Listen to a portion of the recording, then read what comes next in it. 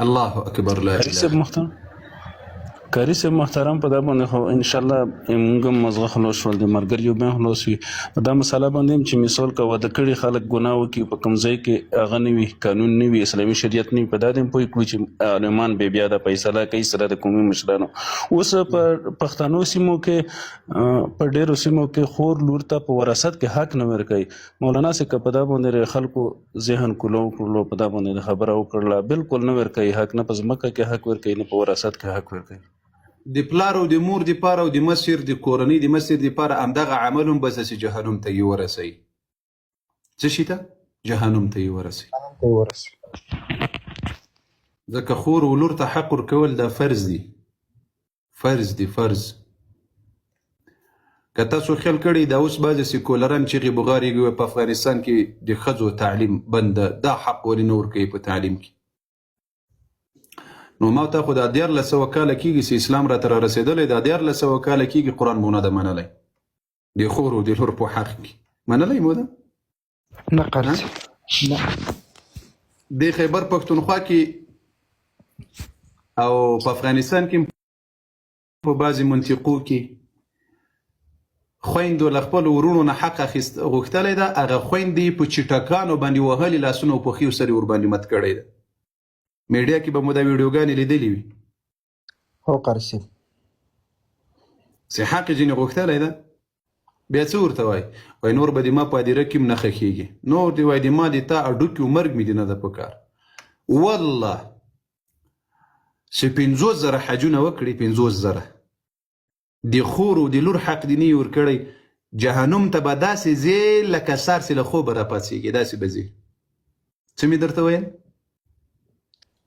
جهنم ته به داسې ځې لکه سهار چې د خوبه راپسې چې تر څو پورې د مور د لور حق نه یې ورکړی چې د خور په حق د خېټه واچوله د لور په حق د خېټه واچوله ور دې نه کړل مړ سولې چې 50,000 حجونه دې کړي والله که یو په درته وخوري حج کول مستحب عمل در باندې یو که در باندې فرض ول خو له دې فرض نه مخکې د لور حق ورکول در باندې فرض دی د خور حق ورکول در باندې فرض دی ته چې د خور او د لور حق نه ورکوې راځې مکې ته دا حج دې رب نه قبلوي ته چې د لور او د خور په حق باندې حج او عمرې ته راځې دا عمره او حج دې رب نه قبلوي دا یاد وساتئ په مسجد کې چې په سجده باندې پروت وي ټول عمر دې په سجده تیر سول د لور او د خور او د مور په حق دې خېټه اچولې وه په خدای قسم که دومره په درته وخوري دا به ورکوي دا الله وایي یوصیکم الله فی اولادکم للذکر مثل حظ الانثیین په اخر دې آیت کې الله جل وعلا وایي فریضة من الله دا د الله له طرفه فرض ده په تاسې باندې فرض ده په تاسې باندې موږ څه کوو ولا زه به دغه نفلي عمرې ته نفلي حج ته به لاړ سم نه ښایي والله که دې نف حج الله قبول کړي والله که دې عمره الله قبول کړي نو د زړه سرونو موږ پښتنو چې حقیقت درته ووایم موږ اویا په سلو کې په قرآن عمل نه کوو دا 10 په سلو کې مو د رواج په خاطر په قرآن عمل کړی مو په قرآن کله عمل کوو چې کله مړ شو راخیستلی مو تا قبول کړی ما قبول کړی نه یې چې ګرځوي قرآن ګرځوي دی خوا دی خوا ناروا عمل بدعت عمل یو